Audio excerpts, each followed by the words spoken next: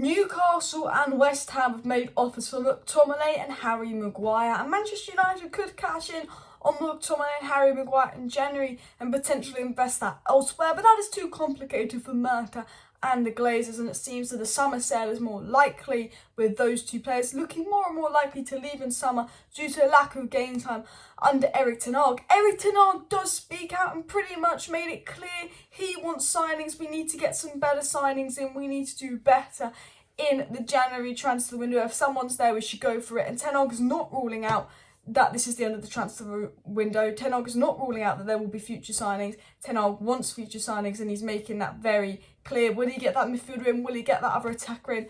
I doubt it, but there's still a bit of a possibility. You never know. Ten Hag also addresses Jadon Sancho's future in his press conference, says he was in training, and talks about will he play versus Arsenal or future games coming up.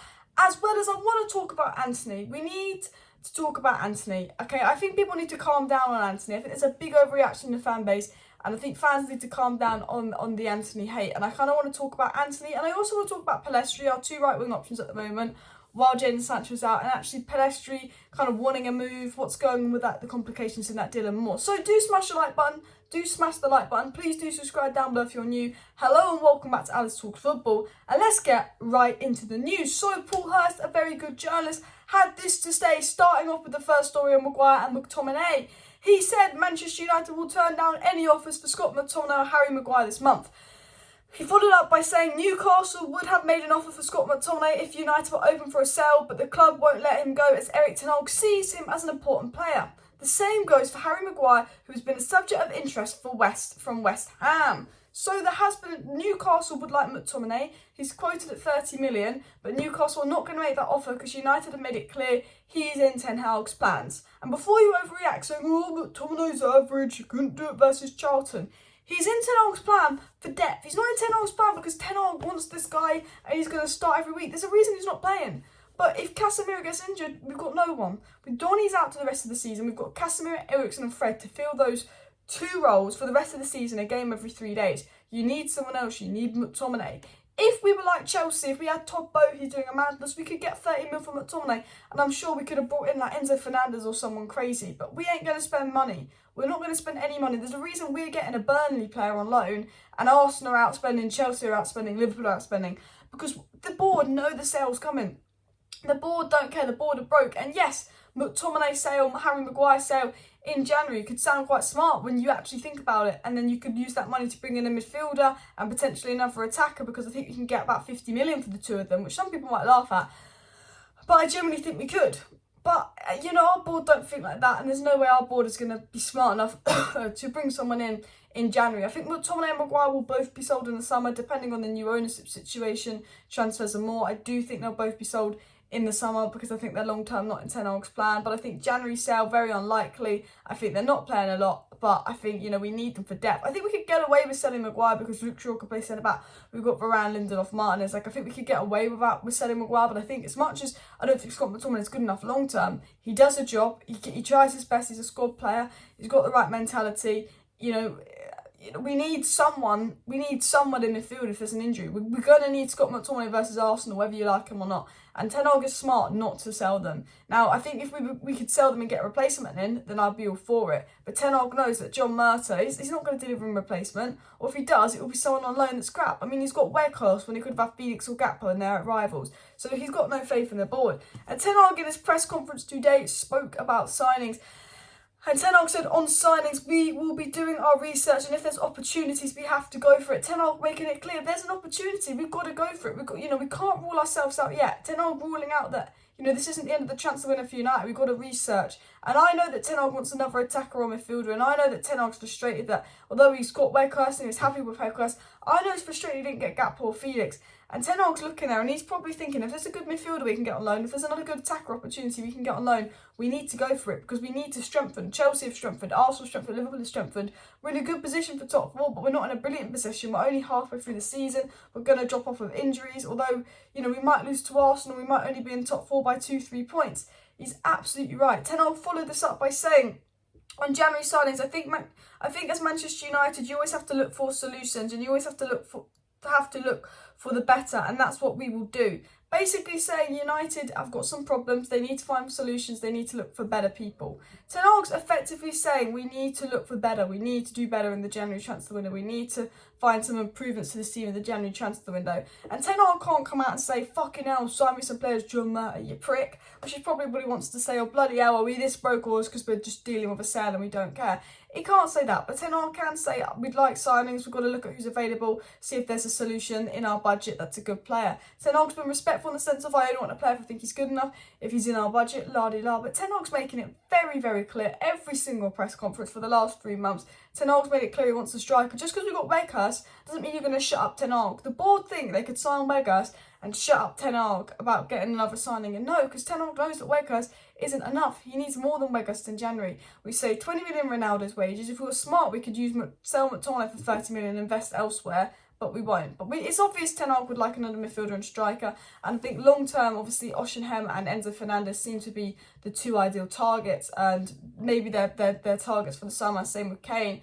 But if there's anyone available in January, and Ten Hag's basically saying we're going to have to look. If there's anyone good in January, anyone that can, we've got a few problems, anyone that can improve us, we've got to look. Because Crystal Palace taught us one thing, that Man United aren't quite there yet. United aren't quite ready yet. We still need investment. As soon as Rashford wasn't doing an attack, there was no goals. When too reliant on Rashford in attack, as soon as he dried up, he was getting a bit greedy, there was no goals coming out from elsewhere in the attack. Ten Hag spoke about Jadon Sancho and said, I can't answer that question. He's making the next step. It is true. Yesterday, Tuesday, he was in training for the first time in team training, but team training is the final training before a game. He also said on Sancho will extend his training in the coming days and weeks and go step by step. So Ten Hag's confirmed Sancho's back in training. He's back in team training. It's the final step before being back in the side, but there's still a few stages to go, and I'd be very shocked if Sancho makes the bench versus Arsenal. I still think he needs a few more training sessions. I think Ten Hag's going to be very careful not to rush him back and deal with the situation as well as possible. Now, the final things I want to talk about is Antony and Pellistri. I want to talk about Antony because I've seen a lot of Man United fans going in on Antony, and I think these fans need to calm down, like saying they don't like Antony already. Antony got more goals at this stage of the season than Sancho, and we were saying, oh, give Sancho time, but with Antony, no one's saying in the fan base given time. Look, Antony's not perfect, he's not the finished product, but Ronaldo came here and he was iffy and fans turned on him. 5 goals in 10 starts. He's getting some goals, he's not been god awful, it's not like he's not scored or done anything. Yes, he's incredibly one-footed, yes, he's a bit one-dimensional, yes, he's slowing us down in counter-attacking transitions, but have a look at Antony, have a look at what he did at Ajax. Antony's a system player. Ten Hag is a long-term plan. And Ten Hag needs players to implement his long-term plan. Ten Hag can't implement the way he wants to play at Ajax, the patterns of play he wants to play at Ajax right away, because the United players need to learn them, but also he needs the players for that. If you look at Antony at Ajax, he shined because he was in a system that he was just integrated in so well, where he could do patterns of play with the players, link up, and it was all built around them. And that's why he got a lot more assists at Ajax compared to United. No one's making those same kind of runs, but not quite playing at Ajax way yet. And that will happen in time. I think with Antony, once Ten Hag gets the signings in, once Ten Hag spends longer with the squad, and we start playing exactly how Ajax was playing, which is what Ten Hag wants to do, when we get the resources to do that, watch Antony thrive. I think this first season could be iffy for Antony, but I think next season he'll be good. And I trust Ten Hag. Look how good Casemiro's been, look how good Eriksen's been, look how good Sandro Martinez has been. Ten Hag brought Antony for a reason. He wanted a left-footed winger, he wanted an inverted winger, he wanted Antony, and specifically Antony, for a reason. And although Antony's been alright, not brilliant, if you look at what Antony did at Ajax, he's a system player. And I think when Ten Hag implements that long-term system, Antony will thrive. And as I said, I've trust Ten Hag's signings, I trust Ten Hag's judgment, I trust that Antony will pay off. And I think for a 22-year-old gone to a new league that's slowly adapting, that doesn't speak the language, that's got 5 goals in 10 games, the same amount of goals as Gabriel Jesus this season, who apparently has been wonderful for Arsenal, I think United fans need to calm down on Antony. I think they need to cut him a little bit of slack. And I think, the Antony kind of hate, I think personally it's a little bit unjustified. Also, I want to talk about Facundo Pellistri. I think United would be absolutely stupid to let him go. And, it was said that it's clear to us that Manchester United want Facundo Pellistri to stay at the club. However, we need him to play, and there's many options in Europe for him. And that was said by people close to Facundo Pellistri, that Man United want him to stay, but he might be pushing for a move because he's not playing and there's many options. And I think, you know what? Manchester derby coming, Antony on the right, Garnacho on the left, Rashford up top, if Martial isn't fit. But I think if something happens with Antony, I want to give Pellistri a run in. I do. And I like Antony. I think Pelestri and Sancho could challenge him for that spot, and he needs to step it up. But I believe once Ten Hag implements that system, once Antony has the players around him doing the patterns of play with him, the intellectual play, I think Antony will thrive. I think he's just got, we're playing very different to how Ten Hag played at Ajax, believe it or not, because he hasn't got the players to do that. And I think certain players will soon thrive at United that he's brought, like Antony, once he can get the system in place. So I think people need to calm down Antony hate. I don't think he's been that bad. I wanted to address it because I've seen a lot of stick for Antony. And I thought, when it was going like this for Sancho, we were here and I'll give Sancho time, but we don't seem to be wanting to do that with Antony. And look, it's not Antony's fault of the price tag, but remember, he's 22, he's a young lad, and Ten Hag we trust. And Ten Hag won him for a reason. He's not perfect, he's not the finished product, he is one-footed, but that can all be worked on. Guys, please do smash that like button. Of course, subscribe down below if you're new. Let me know your thoughts on the Maguire McTomminay sale. Let me know your thoughts on Ten Hag's comments. Let me know your thoughts on Antony and more. See you next time. Bye.